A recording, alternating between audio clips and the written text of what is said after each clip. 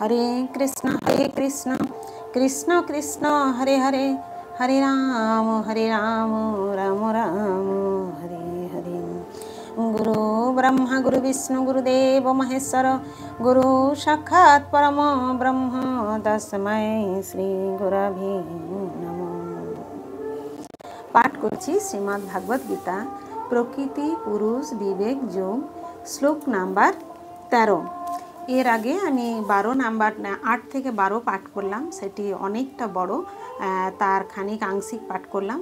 আংশিক 8 থেকে 12 আংশিকটা আমি পরের দিন বন্ধুদেরকে দিয়ে থাকবো, পাঠটা দিয়ে থাকবো। জয় জগন্নাথ। আমি 13 নাম্বারটা পাঠ করছি এখন।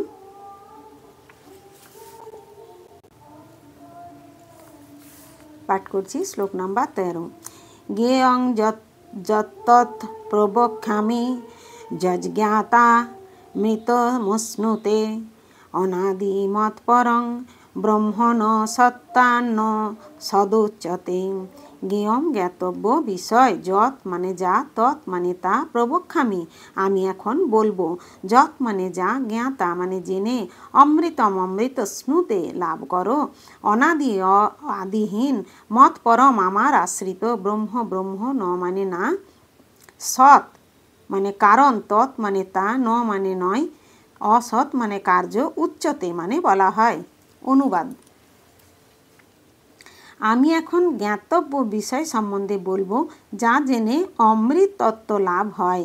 সেই জ্ঞেয় বস্তু অনাদি এবং আমার আশ্রিত, আর তাকে বলা হয় ব্রহ্ম, এবং তা কার্য ও কারণের অতীত। তাৎপর্য: পরমেশ্বর ভগবান ক্ষেত্র ও ক্ষেত্রজ্ঞ সম্বন্ধে ব্যাখ্যা করেছেন। তিনি ক্ষেত্রজ্ঞকে জানবার পন্থাও ব্যাখ্যা করেছেন। এখন এখানে তিনি জ্ঞাতব্য বিষয় আত্মা ও পরমাত্মা উভয়ের সম্বন্ধে ব্যাখ্যা দিতে শুরু করেছেন। আত্মা ও পরমাত্মা উভয়ই ক্ষেত্রজ্ঞ সম্বন্ধে জানবার মাধ্যমে জীবনের অমৃতের আস্বাদন করা যায়।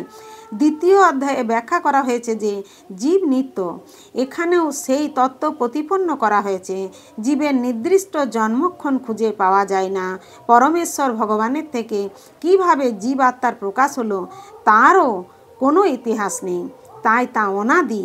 বৈদিক শাস্ত্রে তার সত্যতা প্রতিপন্ন করে বলা হয়েছে, ন জায়তে ম্রিয়তে বা বিপশ্চিত।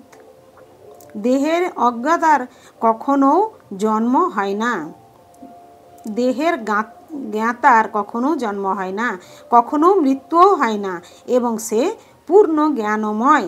পরমাত্মা রূপে পরমেশ্বর ভগবান সম্বন্ধেও বৈদিক শাস্ত্রে বলা হয়েছে, প্রধান ক্ষেত্রজ্ঞ পতির গুণেশ।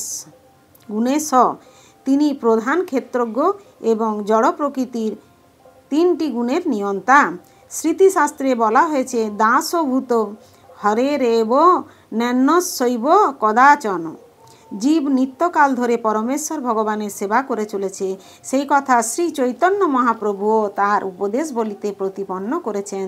তাই এই শ্লোকে যে ব্রহ্মের উল্লেখ করা হয়েছে তা জীবাত্মা সম্বন্ধীয়। জীবাত্মাকে যখন ব্রহ্ম বলে উল্লেখ করা হয় তখন বুঝতে হবে যে তা বিজ্ঞান ব্রহ্ম, যার বিপরীত হলেন আনন্দ ব্রহ্ম। আনন্দ ব্রহ্ম হলেন পরম ব্রহ্ম, পরমেশ্বর ভগবান। হরে কৃষ্ণ কৃষ্ণ কৃষ্ণ হরে হরে, হরে রাম রাম রাম হরে হরে। জয় গুরু, জয় গুরু, জয়।